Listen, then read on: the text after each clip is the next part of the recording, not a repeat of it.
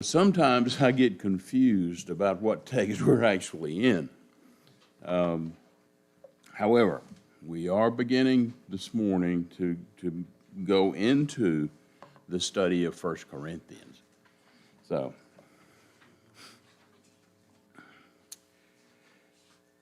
one of the concepts of Bible study that anybody who is studying inductively knows about the rule of context. Now, what is the rule of context? Context rules. Context, in its simplest form, is simply that which goes with the text.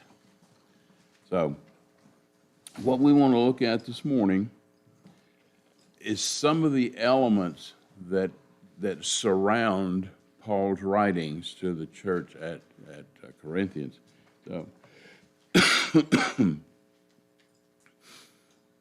So as we study 1 Corinthians, it becomes important that we understand, as I said, those elements that surround his writing. So this morning it's going to be more or less in a outline form. I'm going to talk a lot. I'm going to lecture, which is typically not how I teach, but due to the material, that's what we're going to do this morning. So, as I said, it's going to be an outline. We're going to paint with a broad brush, and we're going to go in a hurry. So, all of these details will be fleshed out as we move through the various portions of the book. So, here we go. It's generally thought that Paul founded the Corinthian church in about 49 or 50 A.D. We know that he stayed in Corinth for about 18 months, then he moved on, ultimately winding up in Ephesus. He wrote 1 Corinthians from Ephesus. He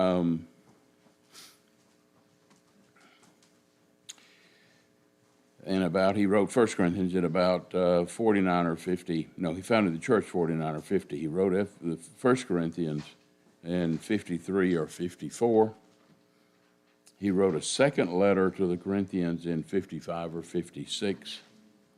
And we have evidence that he wrote a third letter, which has been lost. We don't know when he wrote it or from where. We would assume it was still from Ephesus, but we don't know. So to begin to try to understand the context in which he wrote, we would want to know several things. We would want to know something about the city where they were. We would want to know something about Paul, or more particularly something about his writing. And we would want to know something about who he was writing to. So let's start with the city itself. Corinth was located on the Peloponnesian Peninsula. Say that 3 times. And it overlooked a major trade route from east to west by sea. Therefore, they had 2 harbors, one on the east coast, one on the west coast. We'll come back to that again in a minute. The reason those ports or those harbors became so important is that the sea captains, the guys who steered the ships, did not like to go around the southern tip of this peninsula because it was an additional 200 miles and they had a lot of storms. So they would lose ships, they would lose their cargo. So what they would do is they would land in one of these ports on either side of the peninsula and then transport their goods across. That becomes important because Corinth made lots of money from the taxes and tariffs from where they transported their goods. So we know that Corinth was a very old city. It appears in Homer's Iliad. Therefore, it dates back to at least two millenniums before Christ. In the 7th century, this is 7th century BC, it gained a lot of importance, a lot of power because of its commercial appeal, because of these two ports. Now, during the Peloponnesian War, this was between Athens and Sparta, 431 to 404. Corinth sided with Athens. And the war so weakened both Athens and Corinth that Corinth was captured by Philip II of Macedonia. He subjugated Corinth in 338. Now his son, anybody remember who Philip II's son was? I know you know. You know. Was Alexander the Great, who conquered the whole world at that point in time. So, and he kind of took charge of Corinth. He used it as a commercial center and a tourist attraction. The tourist attraction, we'll find out a little bit more later. Now, after he died in 323, Corinth got kind of a sense of independence, and they became a leader among the Greek city-states. So, and they did that for some 50 years until 196. Then the Romans captured Greece, and they again gave Corinth a kind of a sense of independence. They gave Corinth the right to be a leader of the League of City-States in Achaia. That went on for about another 50 years, and Corinth revolted. Doesn't seem to me to make a lot of sense if everything was going well for them, but they did. And the Romans destroyed both the city and both harbors.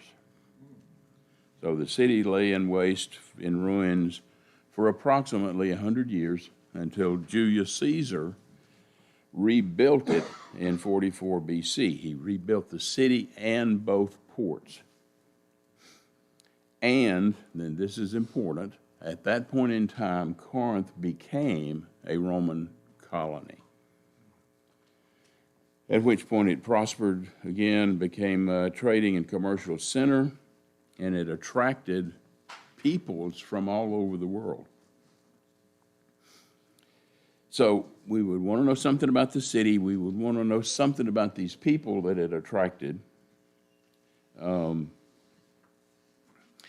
Regarding going back to the city, since it was a Roman colony, it was subject to Roman law and had a government much like Rome. The official language was Latin, but most people spoke what? What would you guess? Huh? No, the official language was Latin. What do people speak? Koine Greek. Yeah. So you've got the official language and you've got what most people speak. We've got official English and then we've got Southern.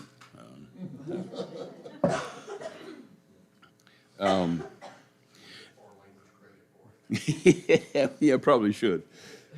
And we get some indication of that in Paul's writings. Again, as we begin to think about how this influences what he wrote, in his letter he uses Latin names, he uses Jewish names, and he also talks about Roman military officials and civil officials. So all of this amalgam, all of this group is residing together in Corinth, as well as other settlers, ex-soldiers, former slaves. There were also merchants, craftsmen, artisans, philosophers, teachers, laborers from many countries that bordered the Mediterranean. So you can see this is an amalgamation of people. from lots of different backgrounds, lots of different professions. Also, there were a number of Jews that were there from Israel. There were native Greeks, and as I said earlier, displaced persons and slaves. So we begin to get a sense of what the population of the city was. So all these people lived and worked in Corinth or one of its two ports. They increased the population of Corinth, they added to its diversity, and strengthened its economy. At the time of Paul's writing, the city was a manufacturing center. It had these two harbors and became a hub for world or, at that time, international trade. So in short, at the time of Paul's writing, Corinth enjoyed international, to the known world at that point, recognition. So it's important. It's rich. Roman colony. Now, as we think about that culture, now, any of y'all sociology majors, you understand what I'm talking about when I say culture? It's the sum total of a lot of things, but it's how the society worked. And we know that religion is one of the institutions that significantly affects the culture. We also know that in some sense, culture affects religion. I chew on that one for a while. So religion and culture are interrelated. And the culture in Corinth at that time had a significant effect, or not effect, but it was significantly indicated in Paul's writings, and we'll see that again in a minute. So their reputation, Corinth's reputation, the Greek and Roman authors had for centuries before the rise of Christianity often referred to Corinth as a city of fornication and prostitution. The Greeks actually had coined a phrase that literally translates to live a Corinthian life to describe the city's immorality. So we begin to get a sense of what the city and its general populace is like. And then that relates directly to Paul's writings to the church. So we should assume people didn't know about Corinth when they named their church. Probably not. Or perhaps it truly named their congregation. Well, that could be too. I'll put a parenthesis around at this point. Given the problems the church had, and I'm going to come back to that in a minute, but given the problems that church had, I'm not sure I would name my church the church at Corinth. I'm digressing here, but not the entire, but the bulk of the substance of his writing is to the church, or more specifically to the people in the church, about difficulties they're having. So, you got a whole chapter that's devoted to that, and you're going to name your church that? Probably not. Thank you. Appreciate it.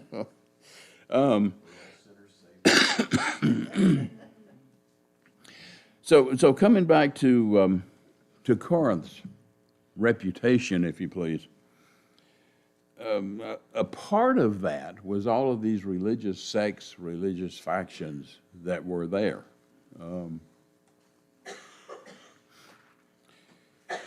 Remember, it had two harbors, two ports. Harbors and ports attract who? Ships? Sailors. Huh? Yeah, drunken sailors. And what do we know about sailors? Typically, what's their reputation? They're a rowdy bunch. They're not the most moral people in the world. So. And the Irish write songs about them. Yeah. Dum-de-dum-de-dum-de-dum, yeah. So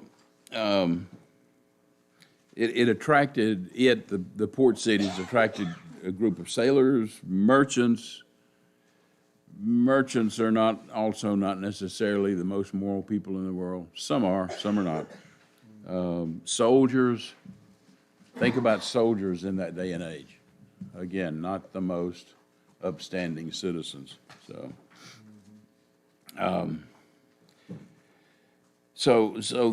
Corinth at that point was probably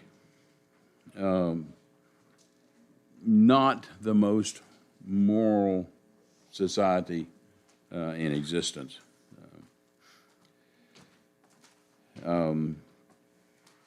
In addition to that, and we'll detail this again in a minute, there was an infamous temple in Corinth at that point in time, dedicated to the Greek goddess of love, Aphrodite, who had from antiquity, had a reputation for immorality. So Corinth was probably not known as a place for credible morals, and there was a distinct impression that promiscuity was not uncommon in the city. Now remember, this is a city Paul went to, founded a church, accumulated, so to speak, many of these folks. Against that background, kind of keep that in mind. The Corinthians allowed many other religious groups. They allowed them to practice their faith. Besides worshiping Aphrodite, they worshiped Eclipsus, Apollo, Poseidon. There were altars and temples for the Greek deities of Athena and Hera, Hermes.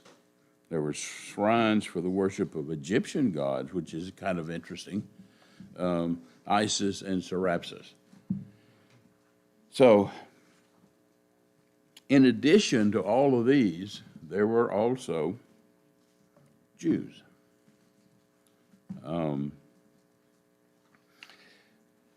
The emperors, Julius Caesar, Tiberius, and later on, lost my reference, Claudius, had allowed the Jews to practice their faith, practice their religion, as long as they didn't interfere with Rome. If they weren't causing troubles for Rome, they let them alone. And we know that also from Israel and from Jerusalem. So the Jews were able to practice their quote religion freely, and in fact built a synagogue.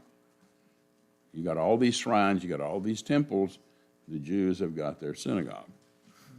Now this is the place they invited Paul to speak, and then pretty immediately threw him out. So, Were these mostly like Jews, or were they Hellenistic Jews? I'm sorry. I mean, were they mostly Hellenistic Jews or Hebraic? Hebraic, Hebraic or Hellenistic? probably. I can't document that, huh? Probably Hellenistic. Yeah. Yeah. Remember, this is a lot of Greek influence. So again, I can't document that, but probably. So they'd be the Greek-speaking version, Hellenistic Jews, as opposed to the Hebraic Jews, which spoke primarily Hebrew.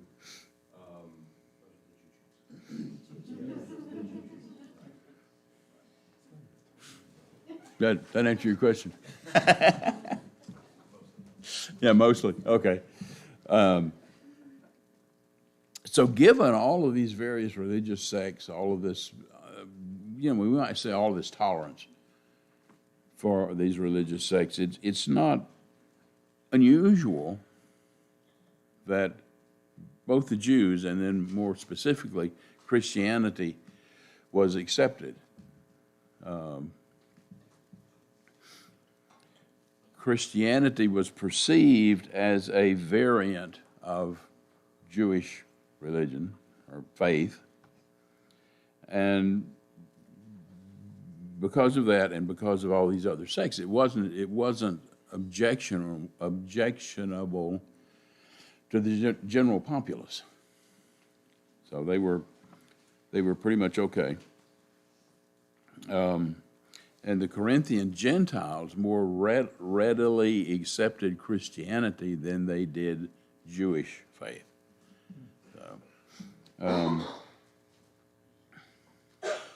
So because God had put so many people in this city with so many diverse backgrounds, and some of those were attracted to the church, the church began to grow, began to increase, as did the city. And in contrast to the Jews who practiced in their synagogues, the Christians met in homes. Again, a kind of cultural, societal differentiation. Now we might, as we thought about Paul and his writings, we might wonder, why he would write, why he would go to Corinth to establish a church. Why would he preach in Corinth? And we know from other places that he liked to preach in major centers, cities, capitals, if you please, provincial capitals. We know that he preached in Thessalonica and Macedonia, and then here in Corinth and Achaia. He considered capitals to be strategic centers where, in some cases, land traffic met sea traffic. So they're cosmopolitan, they're metropolitan, if you please. Lots of people, lots of opportunity, lots of crime, lots of immorality.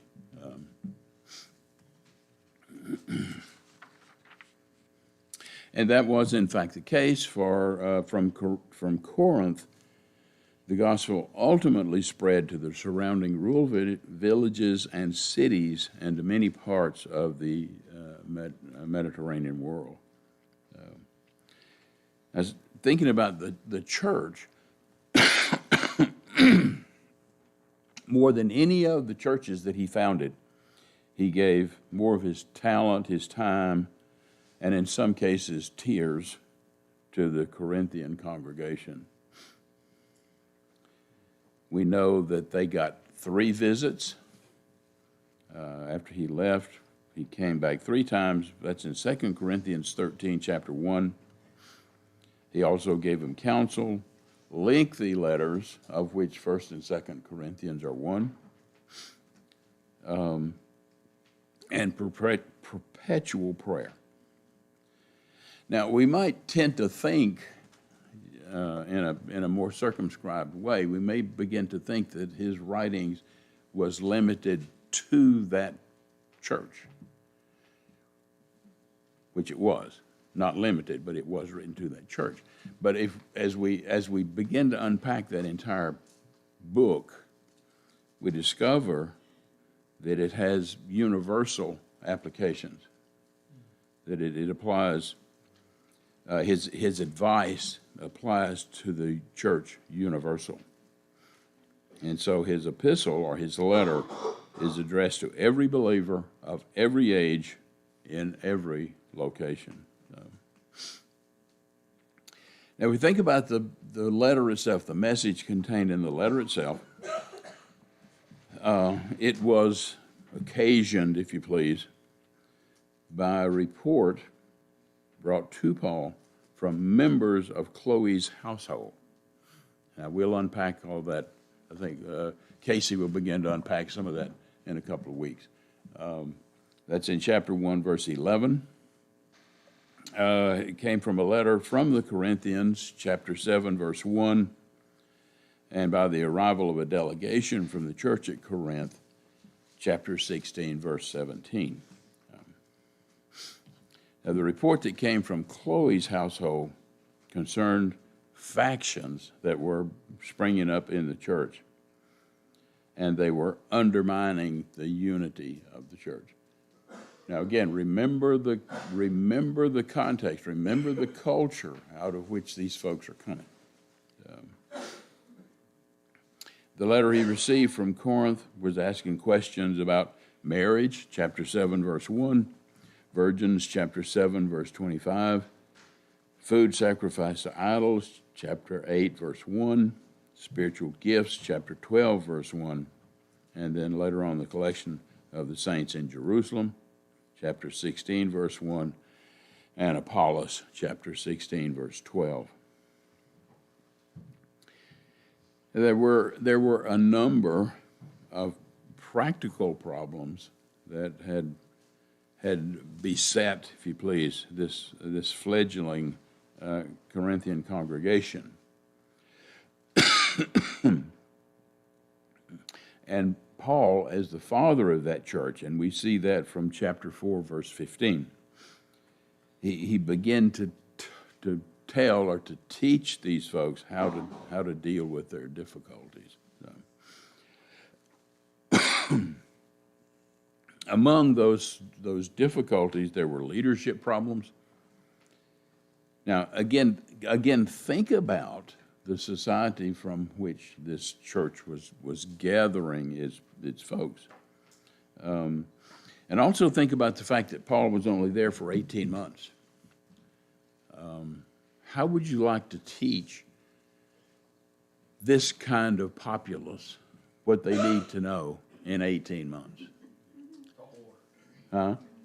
Tall order. So he's got these folks from all these varied backgrounds, all these various experiences, and he's trying to give them these basics. But because of their diversity, as I said, it gave rise to a lot of problems. Leadership problems. There were Jewish Christians. We know from Acts that there were Jews who converted and left the synagogue, who were probably familiar, at least, with the Old Testament teachings. There's another group known as God-fearers who were Gentiles who converted, and then there were new converts, and we'll talk a little more about that in a minute. But at any rate, there were within the church. There's leadership problems from all these various and sundry opinions and whatever. There were also moral problems. Remember chapter 5? What happened? You guys that are students of 1 Corinthians, what happened in chapter 5? Immorality in the church. Absolutely, our immorality in the church. There were practices going on that Paul says even the Gentiles didn't do. So we had that. There were also in that same in chapter 6, where I lost my words. Litigious cases were coming before Gentile judges. And again, that's chapter 6, verse 1. There were other social problems that pertain to married couples, divorced or separated individuals, unmarried people, and widows. So he covers the entire spectrum. There were cultural and religious problems. In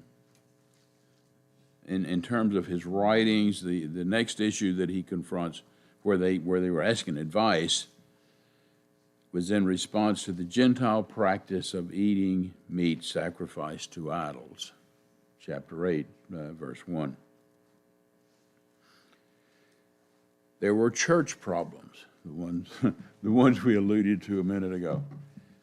He devotes 3 entire chapters to this, chapters 11 through 14, related to questions pertaining to worship services, praying and prophesying and speaking in tongues, and he ties those two together, the celebration of the Lord's Supper, spiritual gifts, the meaning of love, and orderly worship. I don't know that I'll get that pericope or not. We spend a lot of time on that one. There were doctrinal problems. There's no indication that they had asked him specifically about the doctrine of the resurrection. But there is indication that there were some in the church that denied that there was a resurrection. Chapter 15, verse 12. And as I said a minute ago, if by kind of reading it, I hate to say this, but reading between the lines, we get some sense of the folks that were recipients. Like I said, they had the Jews who had converted, we had the God-fearers, and then the others. It would be analogous to trying to teach a class that was comprised of seminary professors, folks who'd been in the church for 100 years, and new converts. Now, that's not a task I would want to undertake, but that's essentially what Paul is writing to. Make one comment if I may. I think when we're trying, as we're doing today, to determine who the audience was, because Paul doesn't list all the people in the church, you do have to, I think, in a large measure from history, from what we find in the internal evidence of the book itself, we do have to kind of read between the lines when we are trying to determine the historical setting and the people that were there and what was going on. But I think, and I think you would agree with this, the teachings that are given to those particular groups of people in this book and in 2 Corinthians are clear. I mean, Yeah. you don't have to read between the lines. Well, yeah, not on the teaching, no. Right, no, you didn't mean that. As we come to Paul's admonition, to not go beyond what is written and not let the cat out of the bag prematurely, that was what was happening in Corinth. Talking about the historicity of it.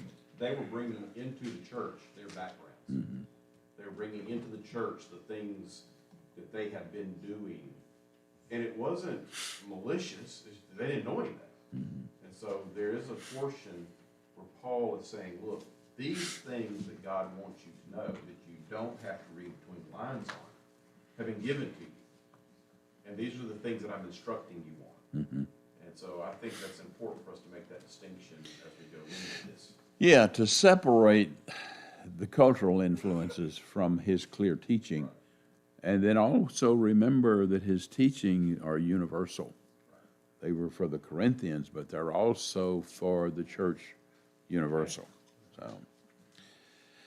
So we got converted Jews, we've got God-fearers, we've got new converts, and then there's a fourth group, the Romans.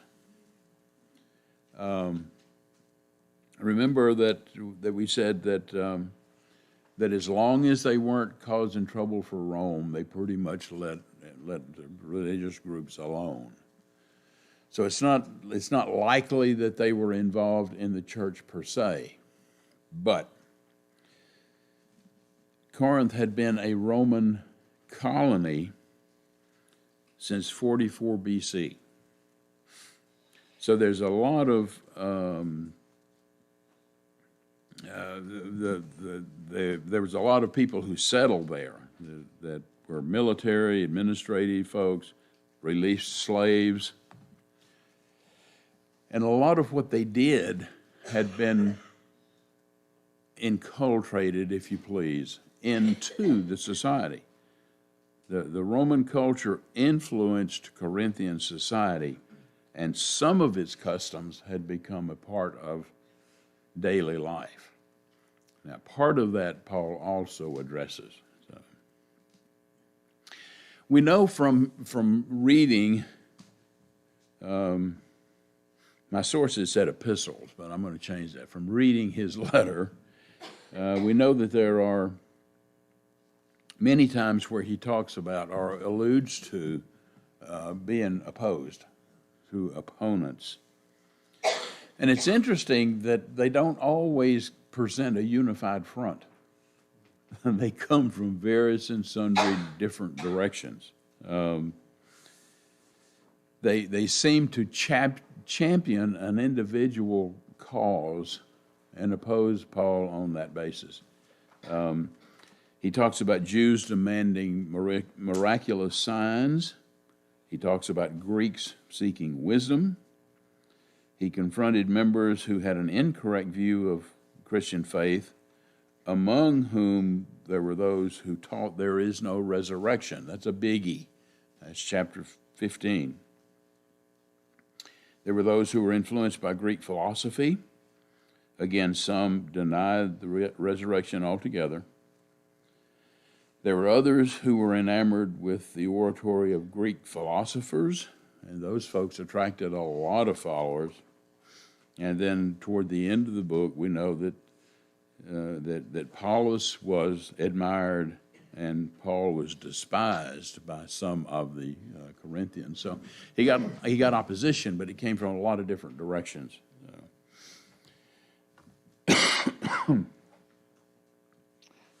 Okay, if we think about, just in general terms, the theology of this book, Paul addresses it in 2 or 3, maybe 4 different directions. You'll notice in the reading of the letter, he does not verbally, but in his writing, he doesn't talk a lot about God per se. So although he repeats the name Christ Jesus, he presents Christ in relation to God. So he's, again, I hate to say this, but he's kind of going at it back door. He's going to the doctrine of God through Christ. The second part is Christ himself. So for Paul and the recipients of his letter, Christ is the central figure in the entire letter.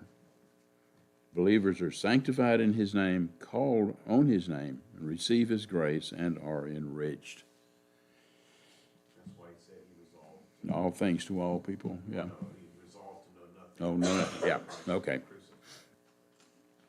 And then the third piece, and this is the Trinity, obviously, is the Holy Spirit. He references the Spirit of God,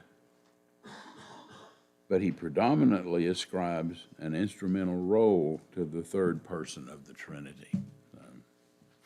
Bet y'all didn't know there was all that stuff in 1 Corinthians, did you?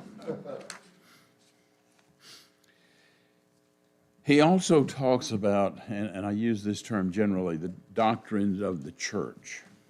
Remember, he's writing because of difficulties in the church, so he talks about the doctrine of the church. And of all the letters he wrote, he uses the word church most often in his Corinthian correspondence, both books, 1st and 2nd. So he had a special interest in the spiritual welfare of the Corinthian church. He talks about the nature of the church. The congregation in Corinth exhibited a disregard for the unity of the local church and, by implication, the universal church. Now, parentheses, we don't have any disunity in our churches today, do we? Close parentheses, continue. He compares the Corinthian church to the human body that consists of many parts that are fully dependent on one another, and these parts form one body, harmoniously put together to function properly. That's the physical church, but this is also the spiritual body of Christ. This is chapter 12, verse 12 and 27. He addresses worship. When the members of the church regularly come together, they do so to worship their Lord. Now, you think this one's important? As I said a minute ago, he devotes 3 entire chapters to this. For those of you who particularly write technical stuff, if you're going to devote 3 chapters to something, it's important. He addresses gifts. Again, he devotes 3 chapters to this, chapter 12 through 14, which overlaps with the one on worship. He talks about discipline.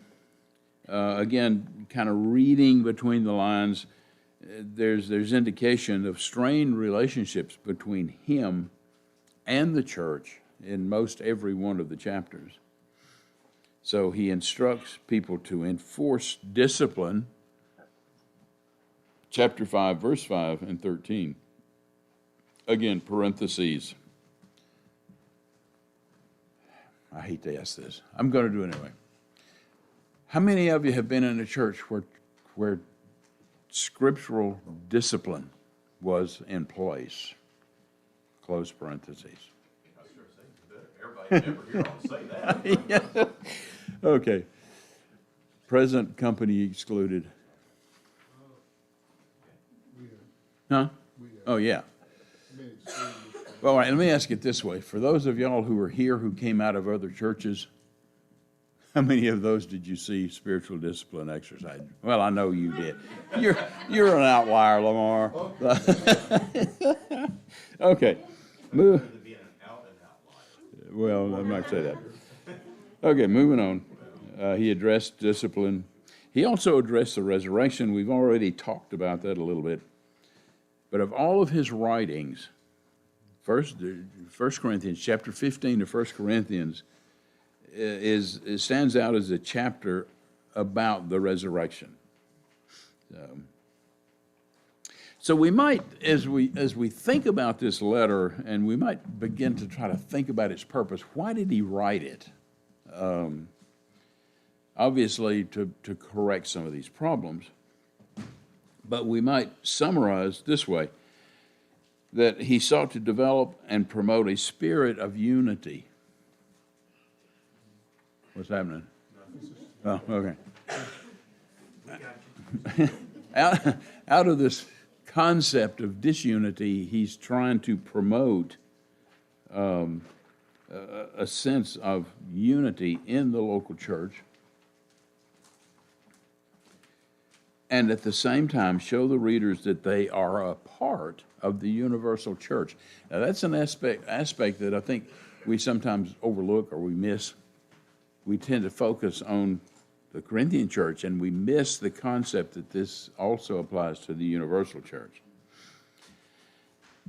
He tries to correct several erroneous tendencies in the Corinthian community.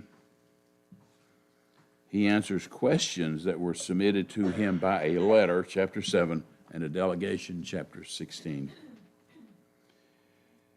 And then he, in the end of the book, he instructs believers in Corinth to collect funds to aid needy saints in Jerusalem. So, again, that's a very broad outline of what we're gonna be looking at over the next probably several months. And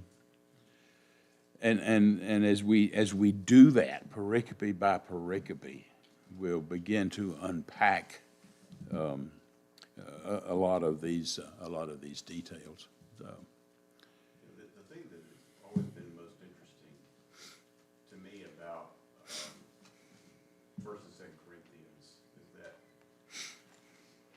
that historical church, that church that existed in antiquity, is so much like the modern church, especially as we see it today.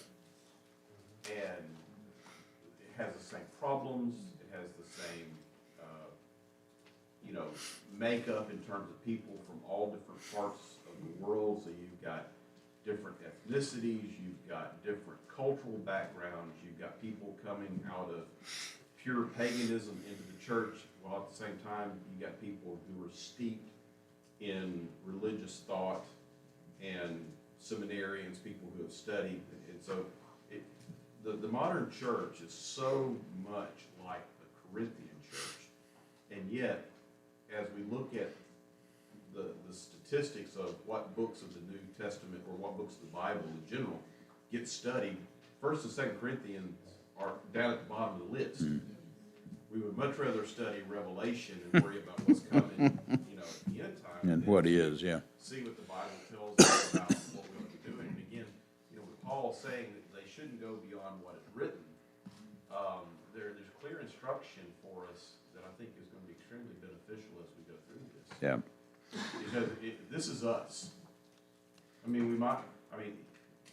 to give a little bit of liberty, we might say that change the name of the book to, instead of the Church at Corinthians, the Church at Grace Covenant. Yeah. One of the sources that I use a lot is a guy named Roy Stedman. He wrote in the late 70s and early 80s. And he said we might call these two books First and Second Californians. So plug in the name. So. That is true. So. But, you know, I think sometimes when we see that, and I agree with you, that we detach that. Yeah. You know, California is, what, a day and a half away? Yeah, a century. Yeah. What about right here? Yeah, yeah, and that's the applicational piece. Again, I'm preaching to the choir, but you know the elements of inductive study. Observation, from correct observation comes interpretation, from interpretation comes application. So the applicational piece is that he's talking to us. We've met the enemy and he is us. Was that Pogo? Okay. All right. Next week, we're going to start digging into this. Our first pericope will be chapter 1, verses 1 through 9. So if you get a chance, read through those. Notice a couple of 3 words. Notice the word apostle. Notice the word called. And notice the word sanctified. And we'll detail those. We will begin to talk about those next week. Okay, thoughts, questions, comments, rebuttals? Okay. Thank you for listening to the history lesson. I love history. I should have been a history teacher. I wasn't, but I should have been. All right, anything else?